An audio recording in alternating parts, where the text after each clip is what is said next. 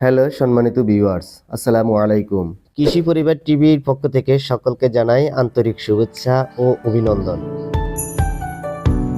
সম্মানিত ভিউয়ার্স ও কৃষক ভাইরা, ধান বাম্পার ফলন আনার জন্য আমাদের কি করণীয়? সঠিক নিয়মে ধান চাষ করলেই বাম্পার ফলন হবে ইনশাআল্লাহ। কিভাবে আমরা ধানের জমিন প্রস্তুত করব, সার দেব, কারেন্ট পোকা দমন করব ইত্যাদি সকল কিছুই জানতে পারবেন আজ এই ভিডিওতে। সকল কিছু জানতে হলে ভিডিওতে লাইক দিয়ে না টেনে সম্পূর্ণ ভিডিও দেখতে থাকুন। কথা না বাড়িয়ে চলুন শুরু করা যাক।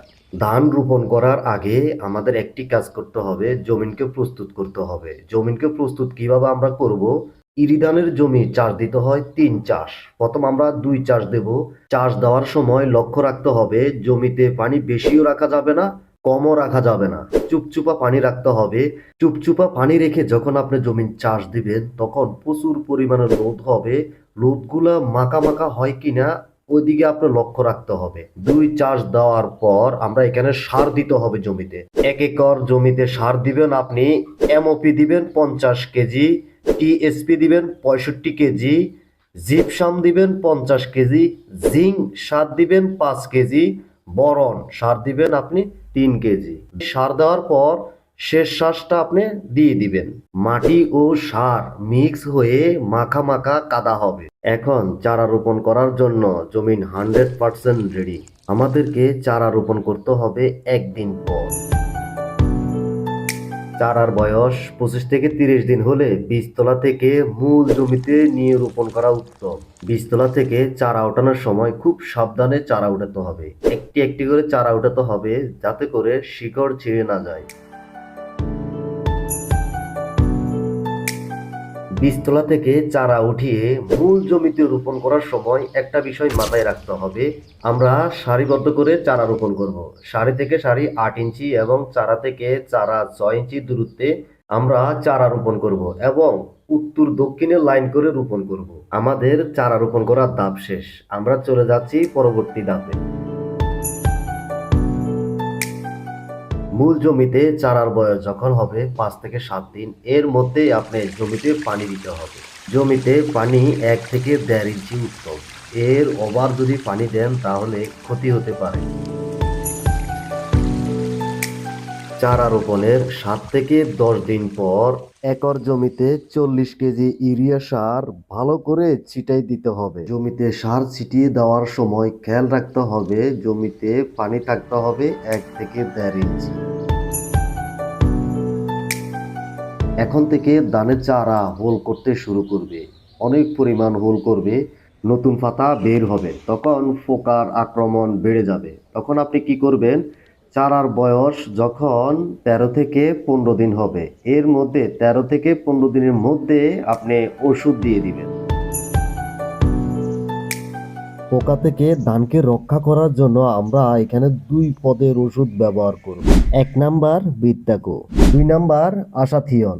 আপনি যদি এই ওষুধ যদি না পান তাহলে কিন্তু আপনি বসে থাকবেন তা না, এটার পরিবর্তে অন্য কোনো ওষুধও আপনি ব্যবহার করতে পারেন, মানে অন্য কোম্পানির ওষুধও আপনি ব্যবহার করতে পারেন, কিন্তু কৃষি অফিসারের পরামর্শ নিয়ে আপনি ব্যবহার করবেন। পানি কত লিটারের সাথে কি পরিমাণ আমরা ওষুধ ব্যবহার করব চলুন শুরু করা যাক।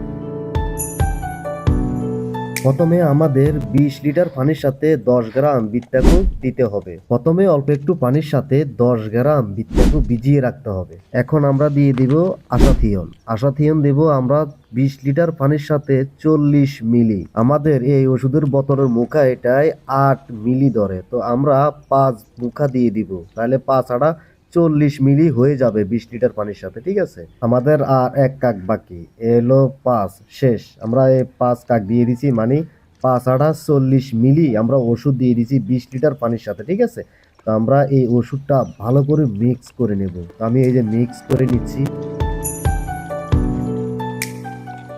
আমরা যে বীজটাকেও ভিজিয়ে রাখছিলাম অল্প পানির সাথে, ওইগুলো আমরা ভালো করে মিক্স করে নিই। ভালো করে মিক্স করা হয়ে গেলে আমরা কি করব, ওই যে আশা থিয়ন আছে না, ওগুলার সাথে ঢেলে দিব। ঢেলে দিয়ে একবার ভালো করে ওগুলা সব মিক্স করে ফেলবো। ঠিক আছে, মিক্স করা হয়ে গেলে আমরা ওই যে ডিব্বা এটার মধ্যে ঢুকাবো, ঢুকাইয়া মানে মেশিং এর মধ্যে ঢুকাবো।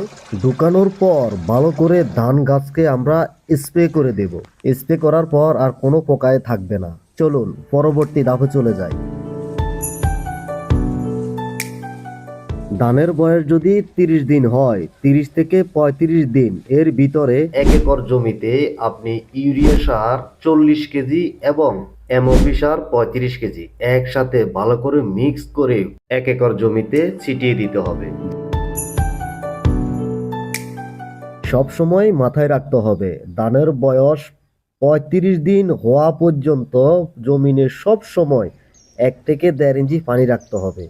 আর যদি 35 দিন পার হয়ে যায় তাহলে 1.5 থেকে 2 ইঞ্চি পানি রাখতেই হবে, সব সময় রাখতে হবে। এখন হচ্ছে কারেন্ট পোকা দমনের পালা। মনে রাখবেন ধানের বয়স যদি 30 থেকে 35 দিন হয় না তখন কারেন্ট পোকা আক্রমণ করে। এই কারেন্ট পোকা সব ওষুধে যায় না, এগুলা জান হচ্ছে কই মাছের জান।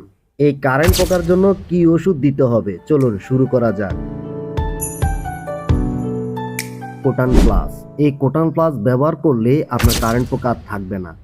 একটি ধানও আর নষ্ট করতে পারবে না কারেন্ট পোকায়। যদি সঠিক নিয়মে আপনি এই কোটান প্লাস ব্যবহার করতে পারেন, প্রয়োগ করতে পারেন, তাহলে আরেকটিও কারেন্ট পোকা থাকবে না, আপনার ধান হবে বাম্পার ফলন। আর এই কোটান প্লাস ওষুধটি ব্যবহার করবেন আপনি 30 থেকে 35 দিন বয়সের পর। আপনি যখন ইউরিয়া আর এমওপি সার ওই মিক্স করে মেরে দিবেন, এর 3 থেকে 4 দিন পর আপনি এই ওষুধ ব্যবহার করবেন।